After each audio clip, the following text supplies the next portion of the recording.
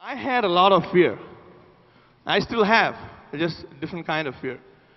But when I started off, I had so much fear within me that it was not really easy to go out and perform this business.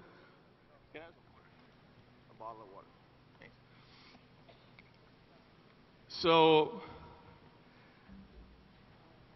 do you have fear? What kind of fear? What's that? Fear of rejection, okay. What else? All right. Okay, I cannot really come out and ask each one of you, but let me do this. All those of you who have some kind of a fear, can you make some noise? Okay. All right. So, now you understand that the fear is not something which is like a trembling kind of fear. You know, when you're walking alone, in the night, and then suddenly somebody jumps in front of you with a knife, and then you get some kind of fear. That's not the only fear. You know, I have some kind of fear right now standing in front of you. All right? We have some kind of a fear when we pick the phone to make the call to a prospect. It's not exactly as, you're standing and then shivering and then, the phone is dropping off from your hands or things like that, which in fact happened to me, but that is not the only kind of fear, right? So, these 11 years, if there is anything that I have achieved significantly, it is this ability to overcome my fear. All right?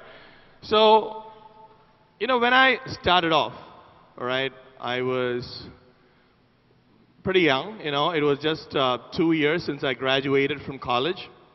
I was 23, and I'm 26. So, can I sit down? My doctor warned me against massive exercise.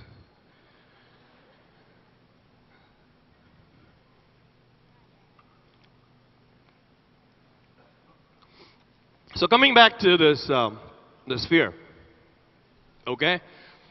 See, the first thing I learned a long time ago that if you need to break out of something, first of all, be aware of it. Living in denial would not help you to break out of it. All right? And unfortunately, a lot of people do live in denial for a long time.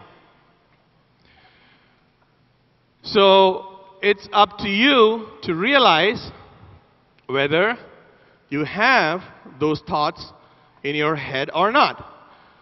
This thought of, if I do this, would I succeed? Would it work? If it doesn't work, then what am I going to do?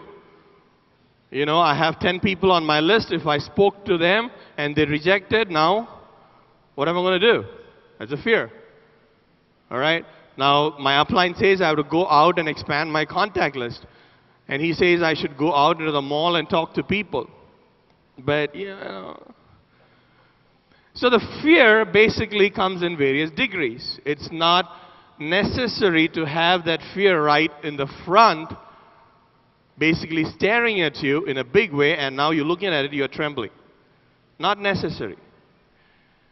Whatever it is that is holding you back, if you would probably examine it, there is some kind of a fear lying under that. And it's up to you to find out what that is.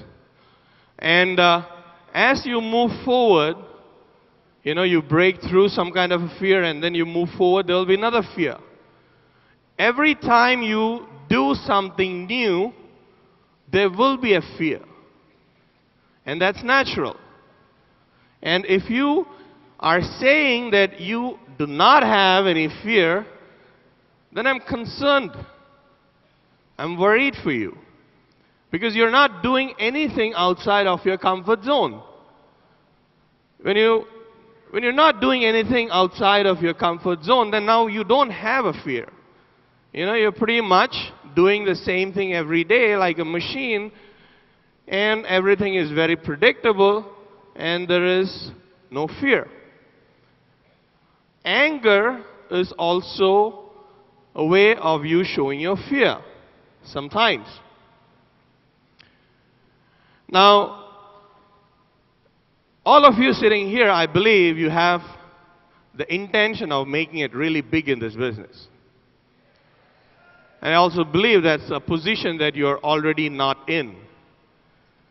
So if you're going out to achieve something which you already don't have, then it is quite obvious you have to go out of your comfort zone. Go out of your normal routine of doing things. And when you do that, there is going to be fear. So when you meet this fear, what would you do? Turn around, run away? Actually, that seems to be what we are doing so far. Because if you know what to do and if you're not doing it, it doesn't matter what kind of It does not matter what kind of excuses or reasons you have for not doing it and how good those reasons might sound. It is literally turning your back and running away.